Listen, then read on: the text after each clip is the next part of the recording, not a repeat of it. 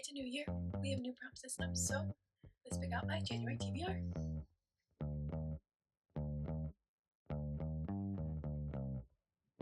Hello my friends, welcome to my channel. Welcome to the first TBR video of 2026 where we like to pick out a TBR for the month and maybe stick with it. Mood Eaters unite, am I right? In all seriousness, I cannot believe it's already January and we're already here picking out my January TBR. Last year I struggled a little bit with sticking to my TBRs that I chose, so I decided to create a brand new prompt system for this year that's going to be more focused on me and my reading joys, so I think it's going to be a really good one. We're going to grab my little note card and we're going to go through my prompts and we're going to be picking out my January TBR, so let's pick some books. So I've created 6 different prompts, which means I'm going to be picking out 6 different books for my January TBR, and let's just start with the first prompt. I'll be honest, I know I made these myself, but I don't really remember what they are, so let's see how this goes. Prompt number 1 is a wrapped thriller. Ooh, this is a fun one. You guys ready for this? Can you see those? I wrapped up my books last summer for a summer reading challenge, and I left my thrillers wrapped up, so this year, every single month, I'm going to be reading one wrapped thriller, because I need to get more thrillers in my life, I guess, so.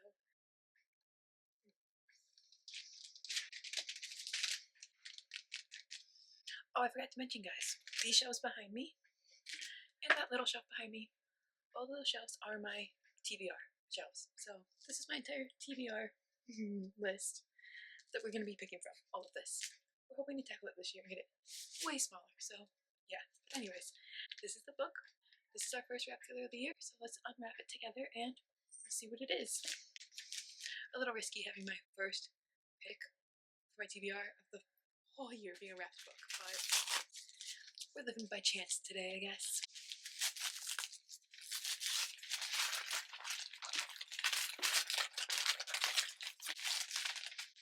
Interesting. We have The Last Equation of Isaac Sevry by Nova Jacobs. This is a novel in clues. It's fun, and it is a really cute cover. Like, it is really, really cute. I will give it that. Hold on, I almost lost this paper. Anyways, I've never looked at this cover that closely. Look, like each of the little icons they have has a cute little word by it, so it must have a meaning. So this is looking more and more exciting. Let's see what's about. A dazzling and imaginative literary mystery about a mathematician who leaves his last equation to his adopted granddaughter. The problem is she doesn't know where it's hidden. Days after famed mathematician Isaac Sevry dies in an apparent suicide at his Los Angeles home, his adopted granddaughter, Hazel, owner of a struggling bookstore, cute, receives a letter from him. In it, Isaac alludes to a secretive organization that is after his final bombshell equation, and he charges Hazel with safely delivering it to a trusted colleague. But first, she must unravel a series of confounding clues Isaac hid in a copy of her favorite novel, a post-humorous puzzle she suspects will lead her to his mathematical treasure. It sounds like it's going to be fun, but complex. Complex. Hazel is far from the only one searching for Isaac's life's work, and as she widens her search, she realizes that the equation has potentially disastrous consequences for the extended Sevry family, a group of geniuses unmoored by the sudden death of their patriarch. My cats are getting hungry, so they're going to get restless. We may have to pause to feed them, but as agents of an enigmatic company shadow Isaac's favorite son, a theoretical physicist, and a long-lost cousin mysteriously appears in town, the equation slips further from Hazel's grasp. When her efforts fall short and she is forced to enlist help from those whose motives are not as pure as her own. A witty and suspenseful mystery proves that you don't have to love math to fall under the Sevry spell. That sounds like it's going to be so complex. It sounds like it's going to be more of like a mystery than like a thriller novel. So it's going to be more towards the mystery end of the spectrum versus the thriller end of the spectrum. But I do think it's going to be fun. So that is our first wrapped thriller of the year. The Last Equation of Isaac Sevry. I guess we have no choice but to read it. Okay, let's move on to our next prompt, shall we? Our next prompt is a reverse pretty. So I have a bunch of books that have pretty stenciled edges, so I set them up on my TBR shelf with the stencil edge facing out so I cannot see the title of the book. So this prompt means I need to pick it that way. I'm not going to know what the book is. I'm just going to be picking it based off the stenciled edges aesthetic. So let's see. These are going to be mostly, or basically almost entirely, fantasy, romance.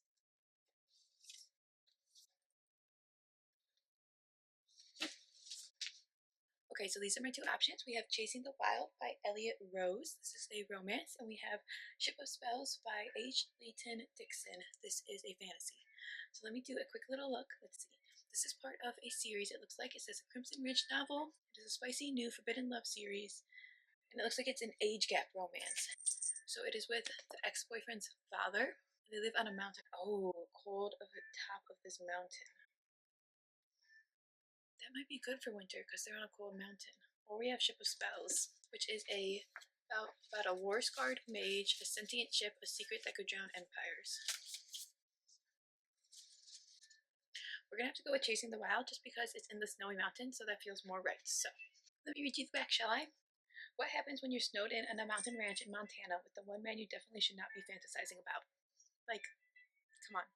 I've always done what was expected of me. Layla Birch, the good girl. Forced to grow up too fast. Take care of everything myself. Had a plan, only I didn't count on him. Colton Wilder, the cowboy nearly twice my age. He's my dream man. One who takes care of me, gives me a job, and makes my pulse thud harder every time he comes near. My ex-boyfriend's father. The nights are long and cold on top of this mountain. As the snow grows thicker and the tension builds between us, we're both inching closer to a line we shouldn't cross. Each day it grows harder to resist the man who looks at me with longing in his eyes. It's tempting to forget about being the good girl for once. No one would find out. Would they? That sounds really good. So, book number 2, Reverse Pretty Edge. This is the pretty edge that got me, by the way. These pretty flowers. So pretty. Reverse Pretty Edge, book number 2, picked. Next up is, like I said, I don't remember. It's month 1. What do you want from me? My game plan, by the way, is to try these prompts out for a couple months, see how it goes, and then maybe try out a new pair of prompts for like springtime or summertime. We'll see how it goes. Anyways, prompt number 3 is series I'm reading. So a series I'm currently reading, something I'm in the middle of. So I'm in the middle of a bunch of series, like a million series. So let me go see.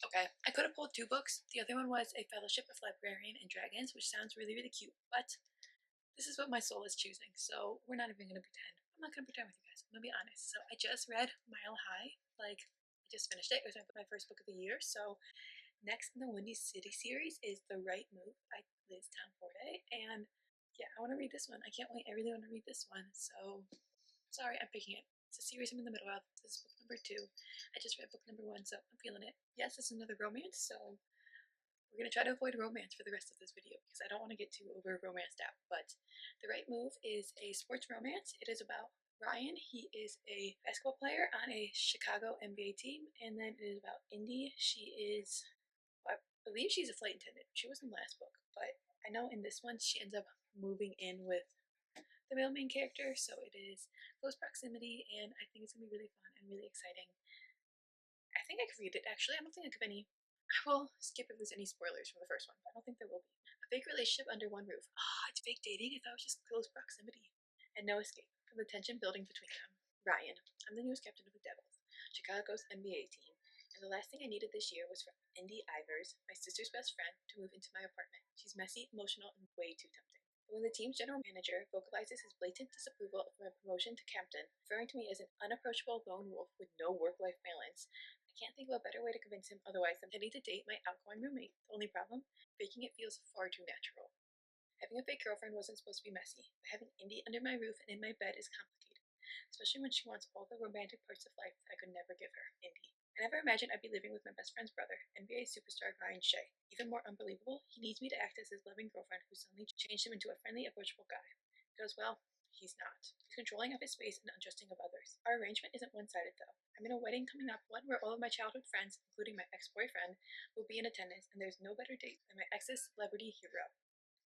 Blurred lines make it almost impossible to separate real from fake. Falling for my roommate has never been part of the deal, especially when Ryan is quick to remind me that he doesn't believe in love. I'm a romantic and can't help fantasizing that he'll change. Soon enough, I'll find myself questioning if sharing a roof with my best friend's brother was the right move after all. I love Windy City. It was a 4 out of 5 stars for me, so I'm going to be reading The Right Move, hopefully, very soon. Prompt number 4 is a genre I am craving. So a genre I am craving is fantasy, because I do not have a single fantasy romantic novel on my TBR yet. So let's get my fantasy shelf and let's pick 1 or 2 out, shall we? Okay, I'll give myself 3 options. The first one, again, is Ship of Spells. It just sounds so fun. I don't know why, but again, sentient ship sounds like fun. Next is What Fury Brings by Trisha Levenseller. This is like a romantasy. What I remember from The blurb is that it is a world where men are very uncommon, and basically she goes and tries to trap a husband, and it ends up being like the crowned prince. So that sounds like really fun. I tend to love Trisha Levenseller. And the final one is The Wolf King by Lauren Pelferman. And again, this is a romantasy. I believe it is with werewolves. So these are my three options. And honestly, I thought I was going to pick this one. I'm kind of leaning towards it. But I feel like, oops. I feel like it's going to be so much romance. And I have so much romance in that. So I'm thinking we're going to go Ship of Spells. Let's talk about it. Ship of Spells by H. Layton Dixon. Warsguard Mage, a sentient ship, a secret that could drown empires. It's a beautiful map. When ensign Blue Mage Honor Wren is rescued from the wreckage of her first naval post, she expects death or disgrace. Instead, she wakes aboard the Touchstone, a mythical vessel whispered of in the dockside ballads and royal war rooms alike, with a crew of misfits, a mysterious elven captain, and a mission tied to the Dreadwall, the crumbling barrier that has kept the overland and the Nethersea from open war for 100 years. But the tragedy that sank her last ship didn't just take lives, it left something behind. Now Wren carries the secret everyone wants, a magic that is chimeric, arcane, and slowly killing her. But the captain's mission may be her only chance to survive, even if he doesn't trust her. Caught between privateers, princes, and spies, Wren knows each choice could sink her future or set the sea on fire. That sounds so good, and it's absolutely beautiful, and yeah, I'm excited. So book number 4. It is slightly later because I had to feed my cats, but we only have 2 prompts left, so let's pick my last 2 books. Prompt number 5 is the non-favorite genre. So I have top 3 genres, which for me, if you can't tell, is fantasy, romance, and thriller. So for prompt number 5, I need to pick a book that is not one of those genres. So that leads my cute little bookshelf over here. I'm gonna go with The Sun Was Electric by Rachel Morton. This was actually a special edition book I got through my Book of the Month subscription, and it is pretty short, and I believe it is a bit of a different novel. Not a sublime novel about searching for belonging in a life that makes sense. Sounds like an interesting read, right? So, let me read you the book. Disillusioned with her life in New York, Ruth returns to a lake town in Guatemala where she had been happy a decade earlier. There, in Panajachel, she meets 2 very different women, the calm and practical Emily and the turbulent and intoxicating Carmen.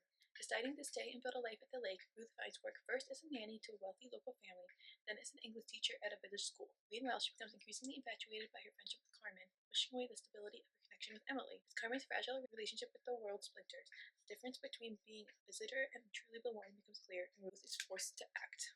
So, I think this one sounds really fun and a little bit different.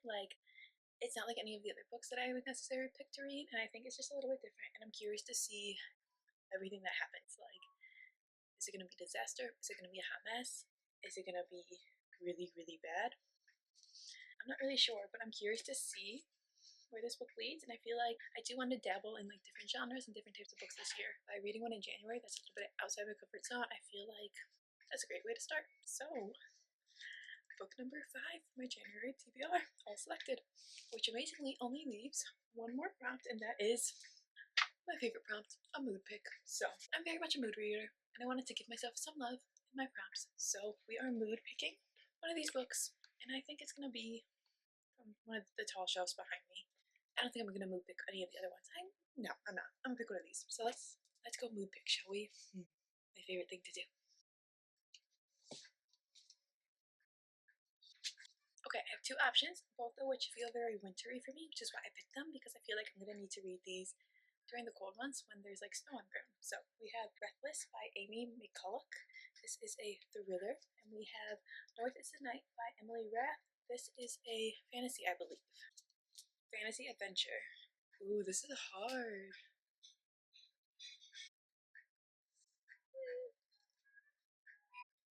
We're gonna go with Breathless by Amy McCulloch because I don't know. I'll save the other one for February. We're just going with it. It's a mood pick. It's what my mood's saying. So there's a killer on the mountain.